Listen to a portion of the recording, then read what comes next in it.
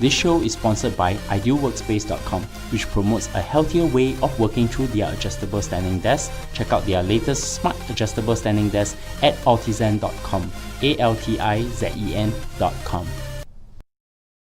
Welcome to Analyze Asia, the podcast dedicated to dissect the pulse of business, technology, and media in Asia. In this episode, I speak to Tim Kappan from Bloomberg in a two-part series on the most impactful news affecting Asia. In the first part of our conversation, we analyze the background and conclusion to the Toshiba chip unit deal and why Apple and Foxconn are drawn into this bidding war. Hi Tim. Bernard, good to see you. Good to see you. I'm seated in Bloomberg Singapore office. Yes, welcome to our bureau. I know you live in Singapore, but this is the first time you visited our bureau. We're lucky to have you. Yes, I have always been an admirer of the company Bloomberg, and I'm talking to Tim Kappan, columnist at Bloomberg Gadfly, someone who I read very religiously. So I want to start off by asking you, since our last conversation about the Apple supply chain, what have you been up to? You're too kind to follow me religiously. Gee, there's been a lot going on since we last spoke. There's been things happening at HTC, Toshiba, SoftBank, the Vision Fund. We're going to speak about all of those today. Baidu, Alibaba, Tencent have been very busy. I know you recently spoke to my colleague Andy Mukherjee about what's going on in India. It's been really a very, very busy year for Asia technology. There's M&A deals, there's all sorts of earnings, investment, scandals. It's really been crazy. And at Gadfly, we've been trying to analyze all of that, pull it apart, have an opinion, and tell people what to think about it. So it hasn't been a boring year this year, I tell you that much. I think it's a very exciting year because I was spending at least 2 hours watching the TSMC 30th anniversary. That was a fascinating event, true. And TSMC is a fascinating company. We've spoken about them before, and I'm sure we'll speak about them again because TSMC is going to become more and more important. Yeah, I think it was only on the Apple rumor sites picked up what Jeff Williams would say, but there was a CEO of Qualcomm, there was a CEO of NVIDIA, and there is a CEO of ARM. I was like, these are all stellar people in semicon industries. Why aren't people talking about what they say there? Well, what is interesting, I mean, there's really only one person in the world that could get that host of that group of people together on stage together, and that is Morris Chang, the godfather of Taiwan semiconductor industry. And yeah, Jeff Williams on stage, he's the COO of Apple. He's really in charge of the supply chain, and he is in the role that Tim Cook was in before Tim Cook became CEO, taking over from Steve Jobs. So Jeff Williams has a very interesting and tough job now. Right now, as we speak, trying to get the iPhone 10 running, getting the supply chain moving and get more of those churned out. We're speaking now, early November 2017, and the iPhone 10 has just launched. But what was interesting with Jeff Williams on stage at the TSMC anniversary was that he came out and was very public and very open about the relationship with TSMC. And if you missed it, for any of our listeners who missed it, he basically got on stage and admitted and laid out how Apple and TSMC got together. And one of the issues there was that initially Apple didn't really want to go all in with TSMC. It was a bit of a risk. TSMC had been wanting to work with Apple, but Apple had been having their processors, their mobile processors made by Samsung for quite a few years, and were kind of sharing with TSMC. But Jeff Williams pointed out that they decided to go all in with TSMC, as he said, and TSMC in returns turned around and spent something like, I think he said $9 billion to build a factory in Tainan in southern Taiwan with 6,000 engineers. And that was all kind of stuff that we'd known about, there's rumor and gossip, but for Apple to come out on the record and say very publicly, the depth of the relationship between the two companies, I think was very telling. And if anyone missed that 30th anniversary on-stage event, I think it's on TSMC's website, so you could probably go there and listen further. It is very fascinating. Yeah, I enjoyed the 2 hours video conversation, and I will put a link to it. But before I get to the main topic, because I know I'm going to get you at least to talk 2 parts. So the first part is going to be about Toshiba deal, and then the second part will be about SoftBank's Vision Fund, because that's everybody's interest in Asia at the moment. I wanted to ask your opinion. What happened with the Google and HTC deal? Wow, this is a fascinating story. People who've followed my work know that I've looked at HTC very, very closely for more than a decade, frankly. So what basically has happened is that Google is buying a team from HTC, their smartphone team.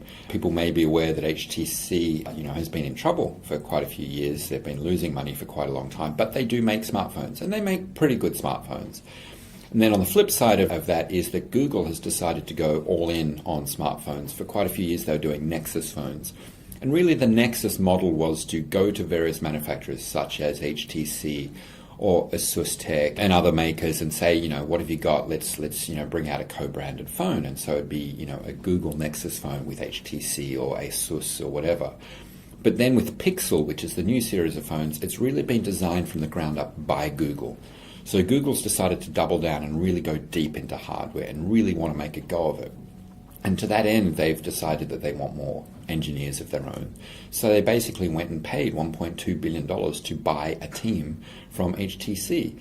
And, if you look at it from HTC's point of view, they get paid $1.2 billion to fire a whole lot of people because these are staff that they don't have to pay for anymore. And they're losing money. So they really do need to cut their headcount. On the surface, it sounds like a good deal. But the other question is, well, who's going to be left at HTC? And this is where it gets a little bit tricky because Google's kind of implying that they bought out the whole, HTC smartphone development team.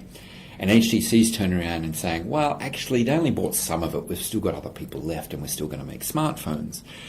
I predict that probably within about 2 years, so, we're talking November 2017, so maybe by, November 2019, I would not be surprised if there is no longer HTC branded smartphones in the market. They may be going back to OEM work purely, or they may get out of the smartphone business altogether. But it looks to me like HTC is setting themselves up to exit the HTC branded smartphone business over the next year or two.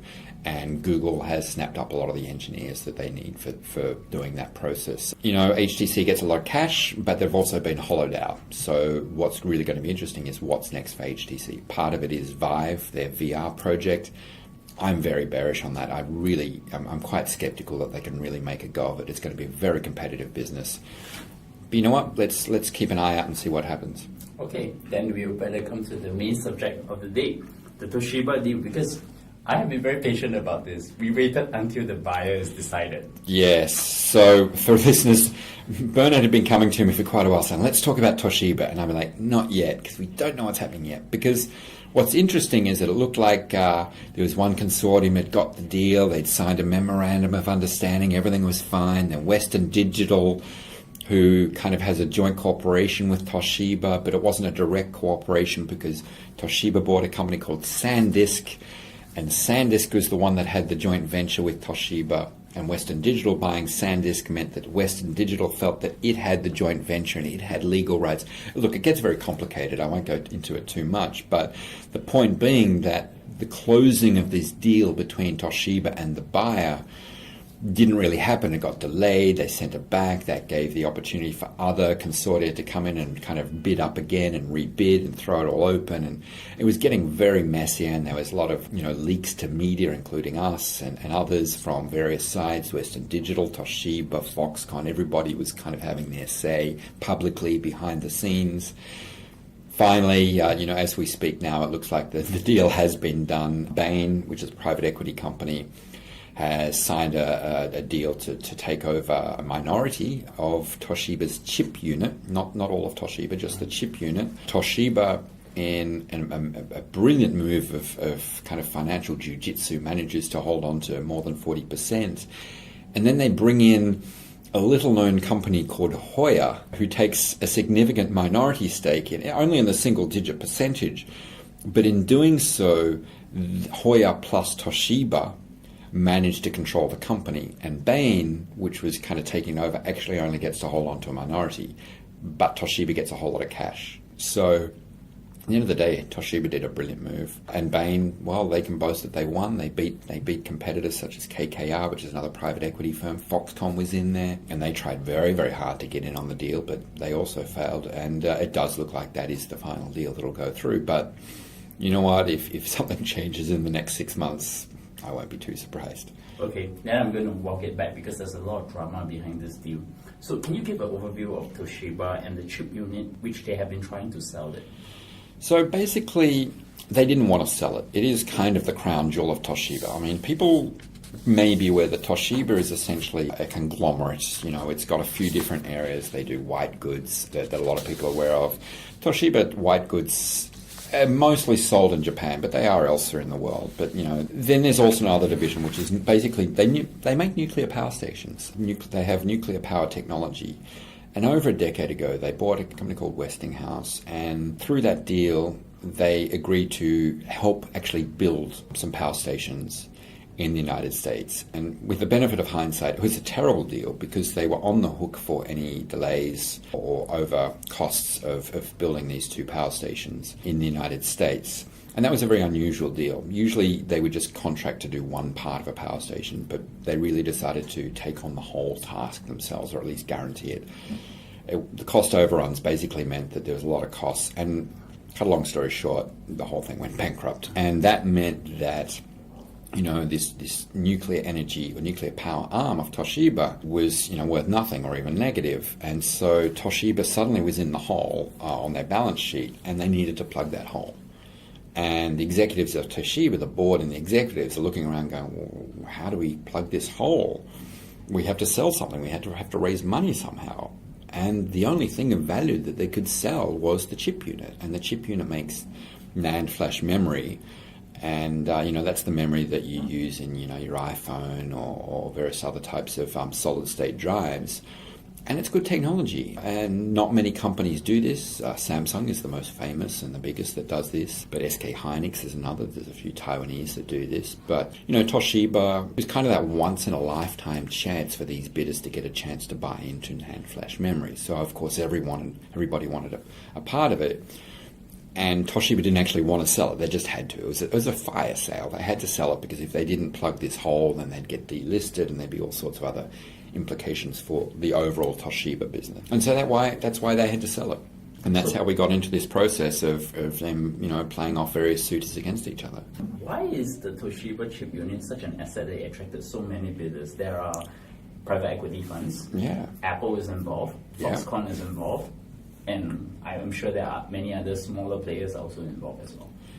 NAND flash memory is everywhere. It's ubiquitous. It's in every smartphone. It's more and more in notebook computers. There's really two types of drives. One is a spindle drive, which is the traditional type of drive. But more and more notebooks, computers use flash memory. And then flash memory is also being built into, even servers, all sorts of areas. It's just everywhere. And it's basically the type of memory chip that stores data. So it would store your photos, your videos, and so forth. And demand for this will only keep on growing, right? There's no real belief that this is an industry that will fall off. The demand will keep rising. But it is a very capital-intensive business. And it also is a very technology-intensive business.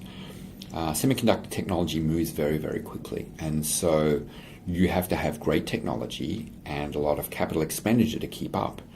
Because it's essentially a commodity, it's an economies of scale business, which means that if you've got the bigger factories and the best technology, you can churn out more of these chips at a cheaper price. And that's what it comes down to. If you can do the better product at a cheaper price, you'll sell more or get better margins. And if you're not keeping up, then you'll go out of business or you'll lose a lot of money. And Toshiba is doing quite well in that business. But then there's a lot of companies such as Apple who want to get supply. They want to get control. Apple buys lots of flash memory chips every year. And Foxconn also wanted to get involved. They bought Sharp last year, as we know, and Foxconn wants to buy more and more component suppliers because they want to get more and more involved in supplying all of the components that go into a device. So Foxconn wanted to get involved. And then the private equity guys, they see, well, it's kind of a distressed asset if we go in and buy it now and we save some costs and kind of turn it around a little bit. Maybe 5 years later we can flip it, we can list it again and make money and make a nice exit. And then there's companies like Western Digital who see it as a strategic asset. They want access to the technology, they want access to the supply because Western Digital makes the hard drives, so they buy the chips to go into their own products. So there's a lot of different companies that really felt, wow, we would love to have a chance at this. And as I say, it's not very often that a flash chip maker comes up for sale. And so it was one of those rare opportunities for all of these suitors to have a chance at it.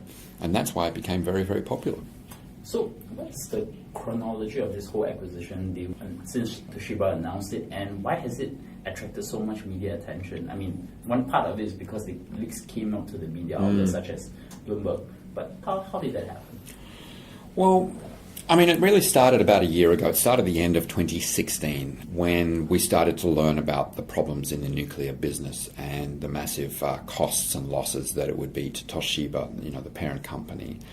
And then we started to realize, well, they're going to have to do something about it. So earlier in 2017, we got an idea, and then they did publicly state that they were looking into basically options for Toshiba Memory, TMC as they call it, which essentially meant selling it off. That was the main option, and that ended up being the option. By summer this year, so about by June, July, they decided on the major bidder. They decided that the Bain, they were the kind of the favoured suitor, and they would continue negotiations with them. And in theory, they wouldn't negotiate with others. But Western Digital got very angry about that and felt that they should have, the right of first refusal. And Toshiba hit back and said, no, you don't. And there's some, legal cases going on. They threatened to sue. They did sue. And a lot of that was played out through courts, through media, both publicly through media statements, and also, telling people behind the scenes what they were going to do. And so it really played out essentially between around, May, June of 2017 this year through to, just a couple of months ago when finally they said, okay, Bain is the final bidder. And it does look like pretty much all the others have decided to accept that deal and are not going to pursue. Western Digital may still do something there, and Toshiba is going to have to work out how to deal with Western Digital, because there could still be a legal fight and Western Digital could delay that process. But by look of it right now, I think the deal is done, and I don't think the legal fight will continue too much. Just before the Bain consortium was selected, who are the three key bidders of the Toshiba chip unit, and what's the motivation within each one of them to get this deal done? I can see where Bain is coming from. They are a private equity firm. They just want to, what you said, make some cost cutting, get a quick flip in a few years' time. Yeah. But what about the other two? I would say KKR are very similar. Private equity tend to have a pretty standard business model. So I think KKR and Bain were very much in the same mould. And in both cases, they brought in outside consortium members. It wasn't just them. They would bring someone else in. For example, the Bain, the winning bid, has Apple on board. They have SK Hynix on board as well. And in each case, there was always a Japanese name in there because, the Japanese are very, patriotic and nationalistic. And if you try to be, a foreigner or an outsider trying to buy this Japanese asset without any Japanese involved, then it'd be very hard to get it past the board of Toshiba or regulators or the government, which was getting involved. So they always had, a Japanese name in there. And then there was Foxconn, and Foxconn's motivations was quite different. And theirs was really about having a strategic asset. And Foxconn was also working with Apple. So Apple's was actually in two consortia, the Bain consortium and the Foxconn consortium. So they were kind of playing both sides there. And really why Foxconn would want the deal is because by getting access to flash chips, and they could sell that onto their clients. And they could be basically a one-stop shop. So if you are Apple, or if you were, say, Dell or anyone else, or Sony, or anyone doing any kind of device, you could say, all right, I can assemble it for you. I can also supply the screen because I have Sharp. I can supply the flash chips which you'll need. You can cost down, you can add value, all those things. So the more parts of, the pie, more ingredients in the pie that Foxconn has, the better it can be for them in terms of growing their size and offering a better deal. So Foxconn was very strategic. The other two, I think, is a bit more financial. The fact that Apple is actually part of the coalition with 2 out of 3 bidders, I assume the third bidder, they have no involvement. Why is that so? What is Apple's interest in this chip unit? They could have bought it outright by themselves, right? I think Apple could have. They've certainly got the money.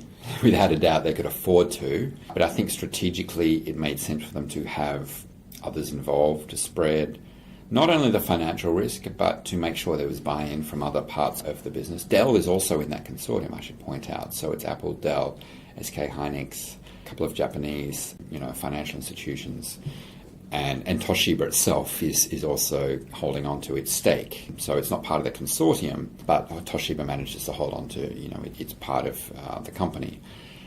Apple's reason, first one, the obvious one is they want to have guaranteed supply. When they started doing the iPhone, a decade ago, they did a long-term deal with Samsung to get supply of flash memory chips for the iPhone. Without flash memory, the iPhone couldn't really function. And the iPhone now has 256 gigabytes of flash memory, I think 512 in the latest one, if I'm not mistaken. So that's a lot of memory. And they needed to be able to know that every year at September, they would have enough of them. But there's a deeper reason that I think a lot of people don't realize. And that is that Apple is going deeper and deeper into developing their own semiconductors. We know they've been doing their own processors for a long time, and we're talking about TSMC manufactures them for them. Apple designs that. And Apple has more different types of chips as well. They've got a specific chip for the AirPods. They've got the specific chip for, the watch. And so Apple actually designs quite a few of its own chips, mostly manufactured by TSMC. But in future, what I think we'll see 3, 5, 7 years from now is that more and more functionality will be built into the processor. Right now, a processor is not just the core processor. You have other functionality, including DRAM. And I believe that in future, Apple will want to combine more of the flash functionality into the core processor, either in the processor itself or in what we call a package. And so by being part of Toshiba or owning a stake in Toshiba, they get access to the technology and what we call the roadmap, so the next few years of product development, and can help influence that, and then use that technology and that know-how to help design their own chips. And so in future, a core processor in a smartphone, for example, or one of their HomePod devices or whatever else they produce, could have flash functionality built in or more intimately integrated with their own semiconductors. And that, I think, is the secondary reason for why Apple wanted to be part of it. They get the IP, they get the development, and they can then use that in their own processes. And I really think that's what it's going to be about in the future. But what about the other reason that they don't want to be held hostage by Samsung, which is actually the largest? Big reason, absolutely. Apple's been trying to cut Samsung out of its supply chain for a long time. As we speak now, the iPhone X's been out for about a week. We've been hearing for the last few months about supply problems. OLED screens have been a problem, and guess who supplies that? Samsung, right? Samsung is the best at OLED screens right now. And Apple is really kind of on the hook for them. And if Apple can't get enough from Samsung, then they're in trouble. If Samsung cannot supply enough or doesn't want to supply enough, well, guess what? Apple can't sell as many smartphones because there's a supply problem. So it must very, very much annoy Apple to be so dependent on Samsung, but they don't have a choice. And so any area where Apple can develop their own technology and not rely on anybody else, not just Samsung, but anybody else, they will do that. And in fact, I've reported this before, and I know for a fact that Apple is developing their own screen technology. They haven't done this before. They've relied on outside suppliers such as Samsung. But in the next few years, they will be developing their own screen technology, and they will use outside suppliers to manufacture it for them. And I think, 5 years from now, we will see Apple also doing its own screens, or at least developing its own screen technology for someone else to manufacture for them. So it's really about cutting their reliance on any third party when it comes to really critical components. We should someday do a podcast on Samsung and Apple's frenemy relationship. Yeah. Because they, on every front, whether it's the chip, whether it's the screen, and whether it's smartphones, they're very interdependent on each other. Yeah, and you throw in Qualcomm because, they say my enemy's enemy is my friend, right? Qualcomm and Apple are now in a legal dispute. Samsung and Qualcomm have had problems before, so, it's that little triumvirate of the three of them. It's quite a mixed up and messy legal situation, and I definitely think that that'll be something that we'll see more of in future. I think I should also point to the Bloomberg article recently that talks about the whole relationship behind Tim Cook and Jay Lee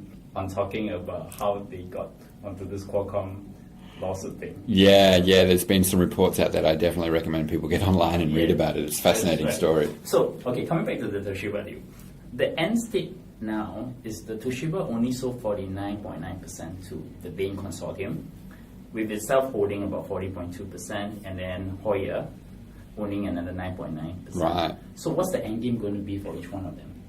I think Hoya came in because they were asked to or invited to be like the friend of Toshiba. And they will probably make money either way, because if Toshiba, the chip unit, keeps making money, then Hoya gets 9.9% of those profits.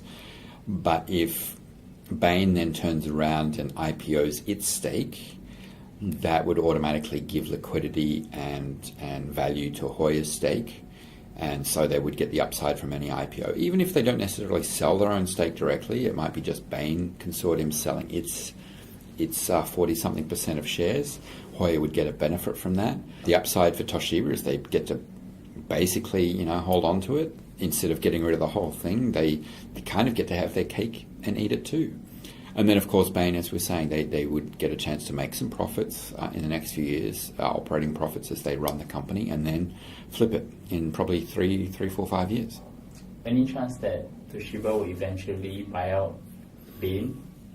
I think there's a very, very, very, very, very good chance of that. I've written a column on that, basically saying that they didn't sell it. They basically, made an option. They're lending it out. I think that when everything's sorted out with the nuclear business, they've papered over those losses and filled the holes and turned things around and get some revenue again, and then they'll be able to go to Japanese banks who will be very eager to lend them money for nationalistic reasons, if not financial reasons. I can imagine that in a few years from now, Toshiba will go out to Bain and say, we want to buy out the rest of that stake, and that's how it'll play out. Okay, we will stop here for a while and then we will come back again and talk about the second part of the conversation on SoftBank Vision Fund. Cool.